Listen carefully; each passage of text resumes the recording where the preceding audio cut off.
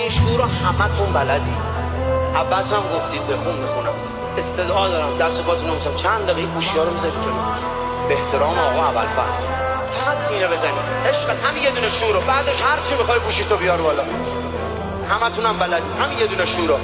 ای والا یا علی مدد.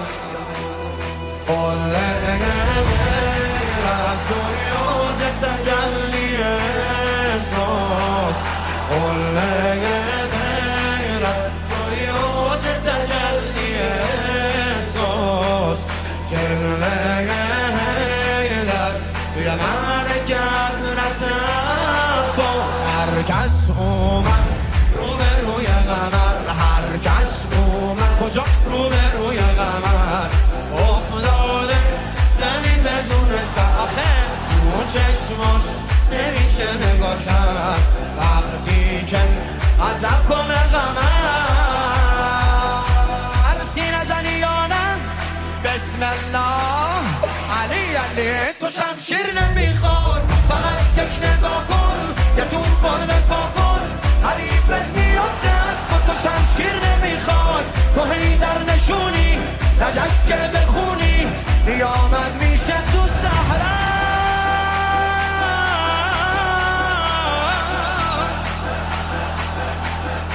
بگم علی مدد. لقمان زانو زد به هدف در خونه لقمان زانو زد به هدف در خونه عباس. دیگه روغیه دیده آسمون رو روشونه عباس. روغیه دیده آسمون رو روشونه. سوال این زلزله است یا نره یعنی این زلزله است یا نره یعنی عباسه یا یکی بیاد بگه تو در روش کسی اگه بیاد نابود میشه معطلی.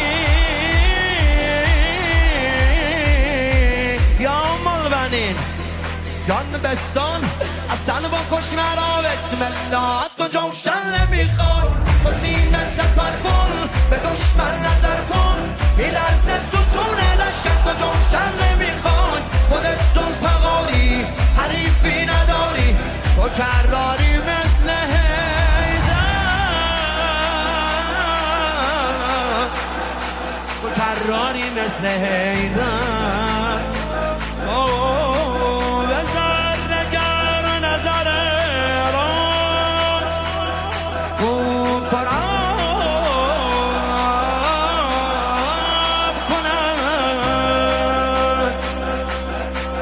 آسمان رود و کار آفتاب کند به آسمان رود و کار آفتاب. یا علی ابو فوزل عباس ابو فوزل عباس ابو فوزل عباس ابو فوزل عباس.